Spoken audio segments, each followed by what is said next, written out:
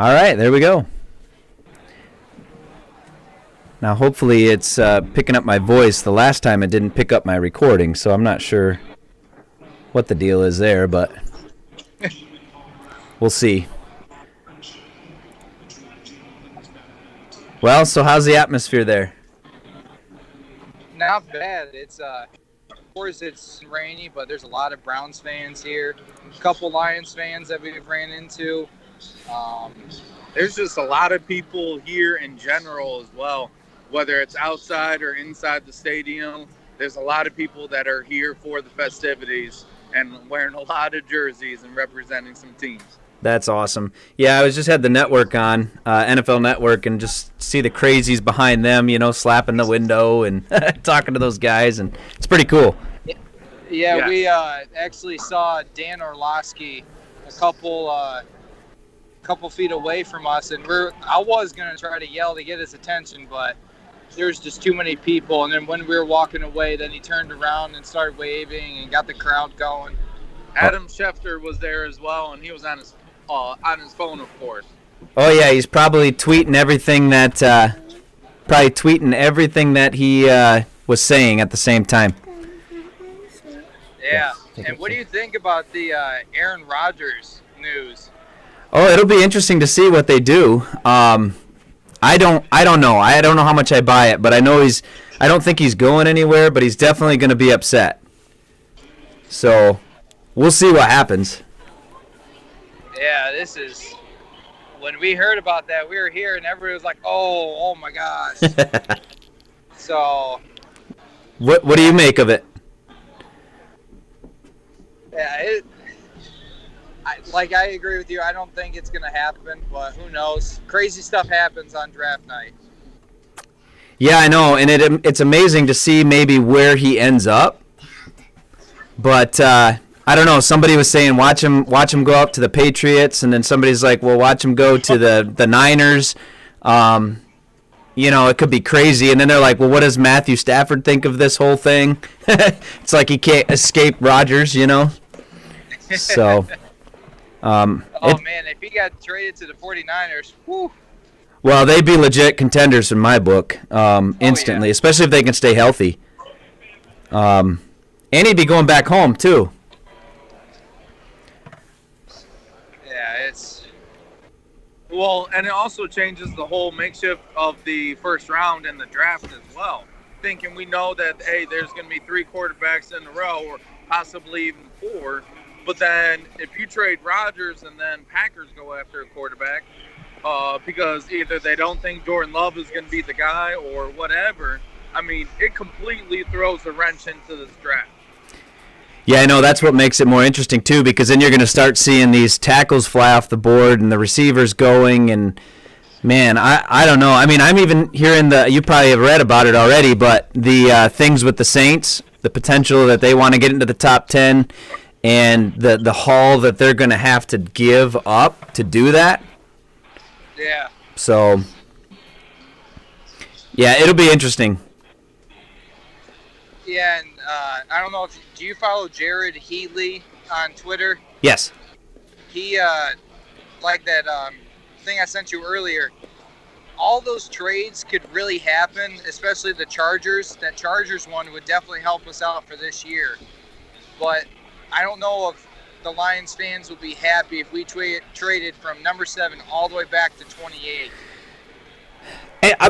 And we've talked about this before, guys, that there are still some players there that would be pretty good choices there. But just you're also getting, I think, the 50, whatever, I don't know what they pick. Is the 50-something pick or something like that, and then a 90th pick? That's attractive to me, too, because you've instantly picked up 2 more picks. So,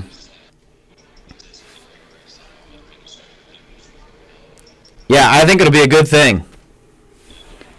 It is, and like Jack said, there's a lot of people, and we're still a couple hours away from the first pick. So, and they have the option of staying here for the first round to watch it inside the stadium. Oh, that's pretty cool. Yeah, we were not expecting that, but we may be in a bar at that time watching the draft. So I just have a feeling there's going to be a lot of people watching them within the stands.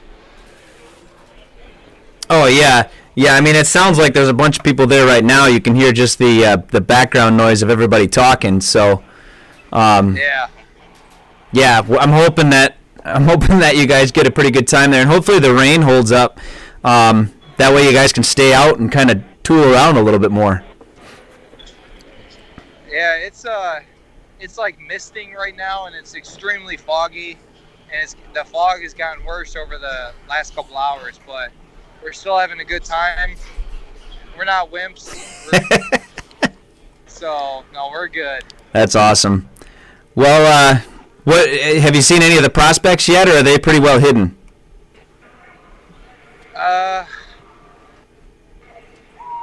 I would say they're pretty well hidden. Some of them may not have even showed up yet. I would think. You know, they do their red carpet. I think doesn't start until what, 6 o'clock. Yeah, so you got about another half an hour. And I think there's only 13 of them that are going to be in person as well. Oh, I didn't catch that number, so that's good to know. So. Probably because of COVID. Oh, no doubt. And then a lot of people just want to spend more time with their families and things like that. So it'll be kind of a hybrid of what we're normally used to seeing and then what we saw last year. So hopefully next year is a more normal year. Yeah. So. And next year it'll be in Las Vegas, so everything. We won't be at that. Nah, probably not, right? But yeah, it's I'm gonna see if I can get this on Twitter quickly, just so I can share this and people can jump on, and then I'll let you guys kind of do what you need to do. Sounds good. So what else are you hoping to get out there and do while you're hanging out there at the stadium? Well, right now on the field they have the field goal try. I think isn't it 10 yards? Yeah. Old school. Yeah, the old school field extra point, and the line is extremely long for that. Then they have a little kid zone, and in the far corner they have a little throwing competition. So, and we walked around earlier and we got a little deck of cards of NFL players currently, and then we were able to go see where Adam Schefter was, and the NFL Network cast, we saw where they were. Yep. So we walked around there, and we were going to go up to the stage and everything, but we were already vaccinated. It's just the fact that we have to go around the stadium to get another bracelet to go back in to get into line, and that line is extremely long. Oh, I bet. So, yeah, right now we're just enjoying everything, looking around. They got stuff playing on the big screen.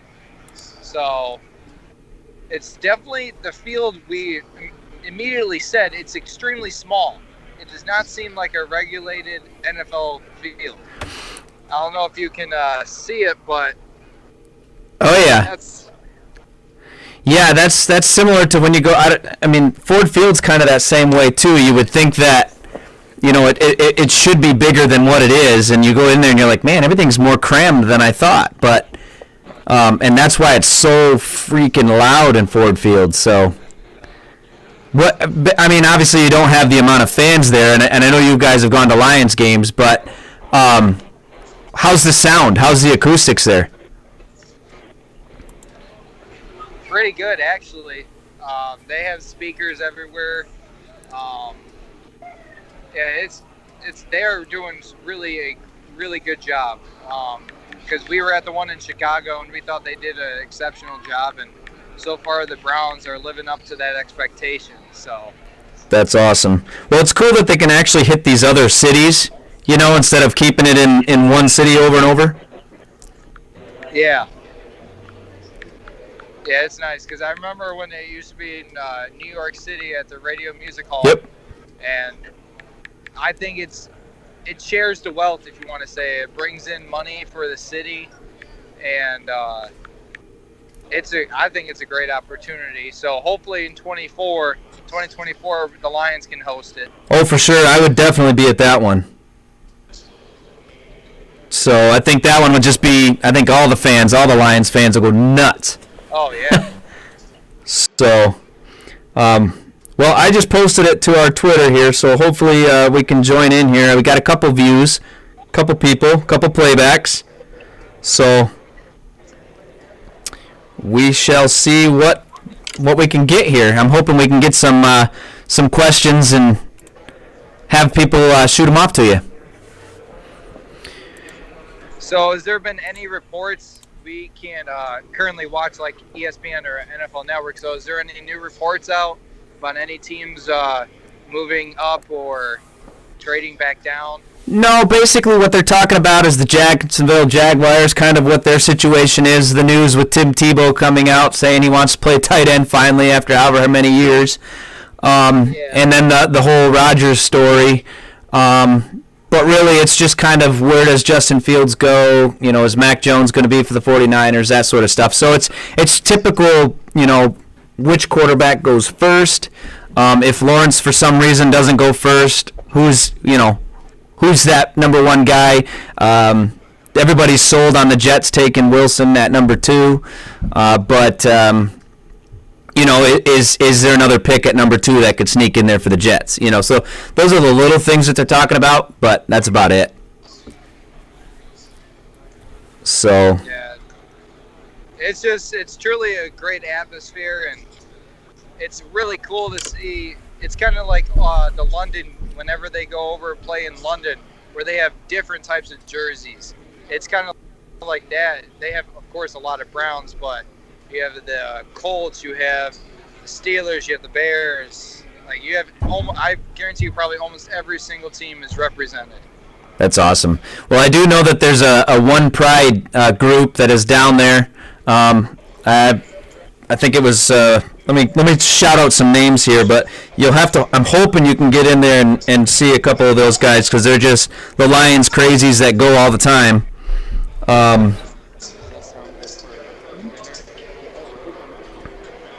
Let's see. I think it's Megan Stefanski. She's over there. The Road Dogs there. There's a bunch of them there, man. And they're in a big group, so it'd be awesome to be able to pair up with them at some point. I'm sure that they'll be touring the bars too. Yeah. So, yeah, I'm just trying to see if there's anything else here for you. But basically, the big networks are talking about the Packers and then what the Jaguars are going to do at number 1. And I know we've already did our mock drafts, and we still think Lawrence is going number 1. I think they're just doing that, try to get everybody to think, oh, they might go Wilson, but in reality, they're just going to go Lawrence. I know Meyer wants to be fair to the Fields, to Wilson, and Lawrence, but at the end of the day, truly the best quarterback is Lawrence. So. Oh yeah, I agree. I think Lawrence is number 1, and I think Wilson's number 2. I don't see it any other way for sure. And we just don't know what the Niners are going to do. I mean, if the reports are true that Rodgers is wanting out and they can strike a deal, to my knowledge, there's been no offer made. I mean, I think there's been some reports, but I don't know if it was Schefter that came back out and basically said that there has not been an actual offer out for Rodgers. So Yeah, I saw. I don't know how much it was true, but they offered the 3rd pick to the Packers for their 29th or 28th pick, and a couple of their players, which it would be Garoppolo for Rodgers, which I don't think the Packers would do that. But now, understanding how upset he is with the organization, who knows what could happen. So. yeah, absolutely. So what else you want to hit on, guys? I mean, I know you guys are there. I'm just sitting here in my comfy chair and my loungy bar. That's about it. But what else you guys want to share that you're there with the experience you've got? I don't know. There's just so much to take in. It's been about 5 years since the last time I went to the draft, so and especially with this being the first round, there's just so much. Oh yeah, for sure. Yeah, definitely have to get one. That's on my bucket list. Is the hopefully get it to a draft party and hang out like that. If it is indeed 2024, that's definitely going on my calendar, and we're getting there. So for sure. Oh yeah, for sure. But yeah, let's see. Any other takes or hot takes on who you think the steal of the draft are, or what you're expecting? Something weird coming out of the first round? Just what do you think? So when I was looking earlier, a lot of people, I don't know if you've seen the reports, but Pete Werner, a lot of the GMs and coaches think that he could be one of the last few picks taken in the first round, which kind of shocked me a little bit because he was projected to go mid to late second round, early third. But I've liked him because, of course, he went to Ohio State. But he's that captain, he's that leader that people need for a defense. So I would be a little bit surprised if he's taken in the first round, but a couple people are actually predicting it. So, and then another person is Liam Eckenberg, the offensive tackle. I've seen him actually jump a lot of even Alex Leatherwood jumping him to get into the first round. So there's a lot of players, especially Kadarius Toney could also jump in to be, if the Saints stay pat at 28, I think that would probably be their pick right there. Yeah, and Liam Eckenberg was one that Scott Pioli had basically said that could be a surprise sleeper in the end of the first round, sneaking up in there, both either at tackle or guard. But he feels like he could be a perennial Pro Bowl guy at least once or twice in his career, but a very worthy starter. Yeah. So I believe that's a good pick. So, well, man, I know we jumped on live here. We're running into about 17 minutes. I want you guys to enjoy the live experience there as much as you can. I appreciate you guys jumping in on this and sharing some of that experience with us. Maybe later tomorrow we can jump on and kind of do a recap and see how it goes. But if you want to jump on later, just give me a shout and we'll jump on. Alrighty, sounds good, Tyler. We'll talk to you later, alright? Sounds good, man. Go Lions. Go Lions. One pride. One pride. All right, guys, stick with us real quick. We're still streaming live.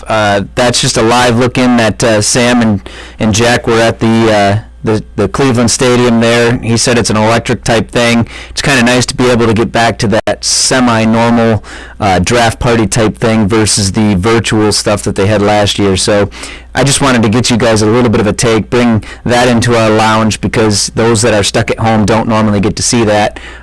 So I appreciate you sticking in. This is a shorter video, but we'll see what goes on. I am excited to see what the Lions do here at 7 or elsewhere, trying to see what type of moves they are. I think Dan Campbell and Brad Holmes are playing this about as best as you can play it.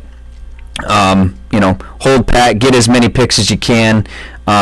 Don't take anything less, and if there's nothing there, man, grab the guy you need, hit home on this number 7 pick, and let's talk about it after the draft, or at least the first round. We'll jump back on here, hopefully a little bit later tonight. If not, it'll definitely be tomorrow, and we can kind of recap what went on, kind of what our surprising picks are, and what we think leading into day 2.